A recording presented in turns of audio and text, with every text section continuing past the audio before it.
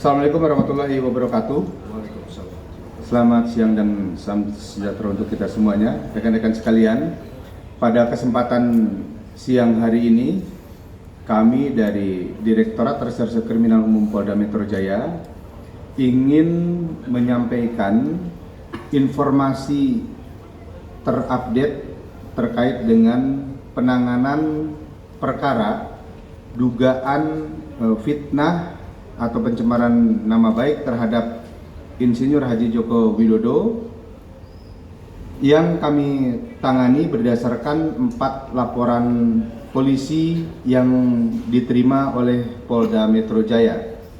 Dugaan tindak pidana yang terjadi adalah dugaan tindak pidana pencemaran nama baik dan atau fitnah dan atau menghasut orang lain untuk melakukan perbuatan pidana dan atau menyatakan penghinaan di muka umum dan atau menyebarluaskan dengan sarana teknologi informasi pernyataan perasaan permusuhan dan atau memanipulasi penciptaan, perubahan, pengerusakan informasi elektronik yang dianggap seolah-olah data yang otentik dan atau mengubah, mengurangi, melakukan transmisi, merusak, memindahkan, menyembunyikan suatu informasi elektronik milik orang lain. Persangkaan pasal 310 Undang-Undang Nomor 1 Tahun 1946 tentang KUHP dan atau dengan ancaman pidana penjara 9 bulan, kemudian ayat 2 ancaman pidana penjara 1 tahun 4 bulan.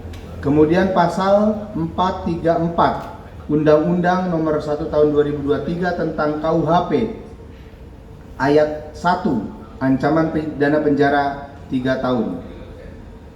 Dan atau pasal 246 Undang-Undang Nomor 1 Tahun 2023 dengan ancaman pidana penjara 6 tahun. Pasal 242 Undang-Undang Nomor 1 Tahun 2023 dengan ancaman pidana hukuman 3 tahun. Pasal 243 Undang-Undang Nomor 1 Tahun 2026 tentang penyesuaian pidana. Pasal 35 junto pasal 51 ayat 1 Undang-Undang Nomor 11 Tahun 2008 tentang informasi transaksi elektronik dengan ancaman pidana penjara 12 tahun. Pasal 32 ayat 1 junto pasal 48 ayat 1 Undang-Undang Nomor 11 Tahun 2008 tentang informasi transaksi elektronik dengan ancaman pidana 8 tahun.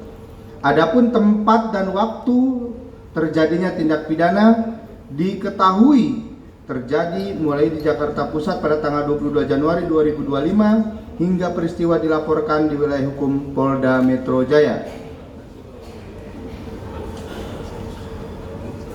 di mana pelapor sekaligus sebagai korban menjelaskan bahwa pelapor merasa diserang nama baiknya dan merasa difitnah dengan tuduhan memiliki ijazah S1 palsu, skripsi palsu, berikut lembar pengesahannya.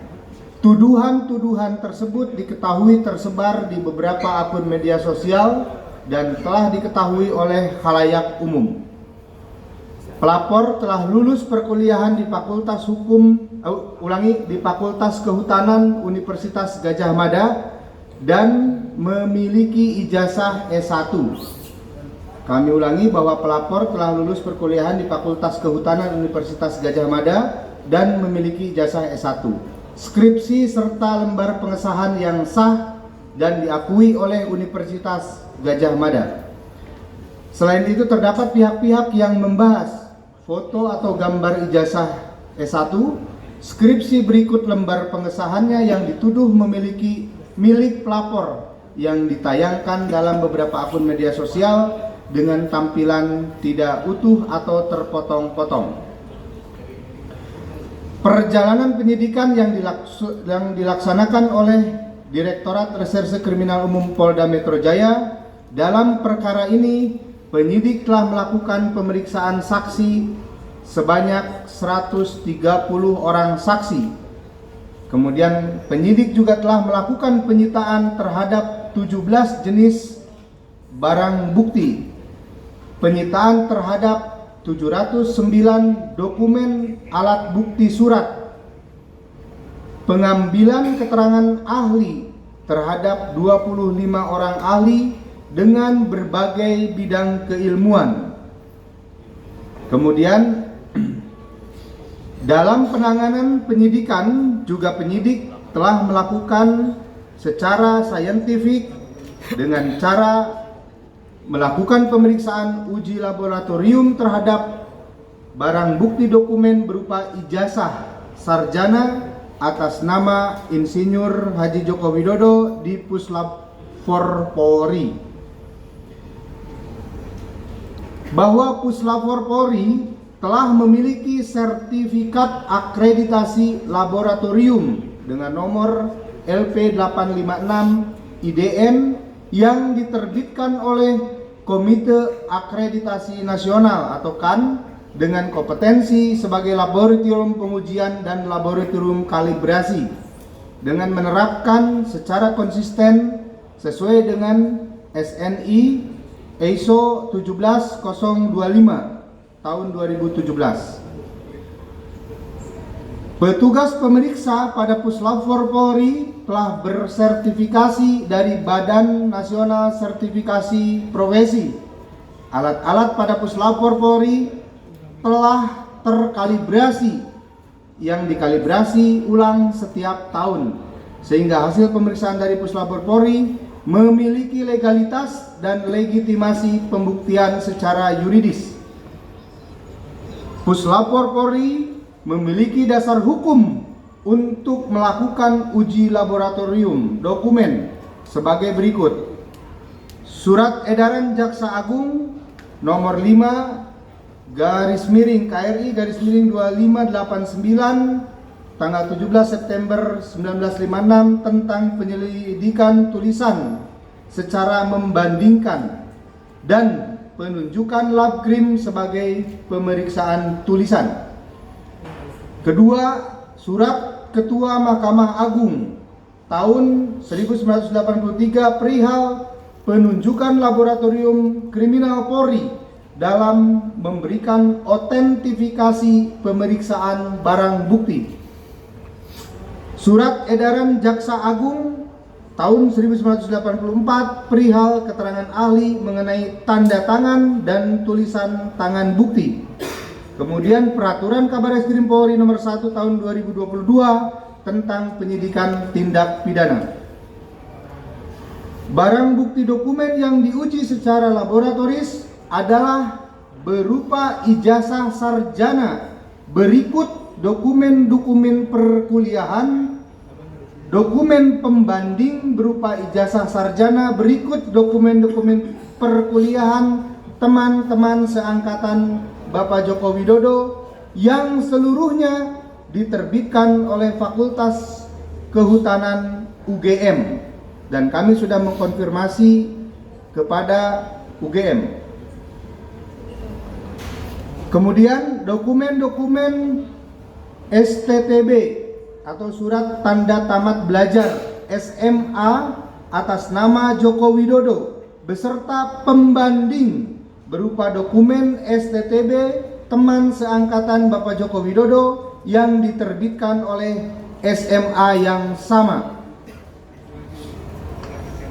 Adapun bagian-bagian dokumen yang sudah diuji laboratorium adalah pertama, bagian kertas dari dokumen tersebut, kemudian tinta, kemudian emboss, kemudian stempel dan tanda tangan.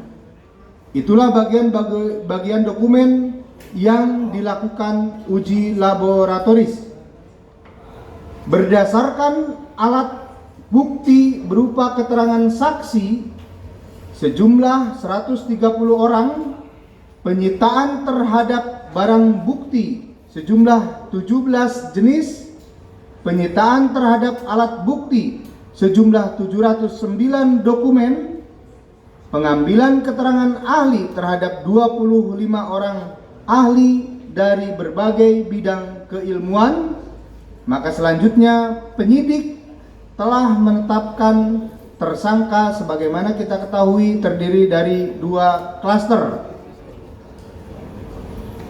Bahwa dalam rangka menjaga keberimbangan, penyidik mengakomodasi apa yang menjadi permintaan dari para tersangka untuk mengajukan uji laboratorium forensik terhadap dokumen ijazah dan dokumen perkuliahan Saudara Insinyur Haji Joko Widodo ke laboratorium independen, dan penyidik sudah mengirimkan surat secara resmi dan sudah dijawab juga oleh lembaga yang bersangkutan secara resmi sebagai berikut.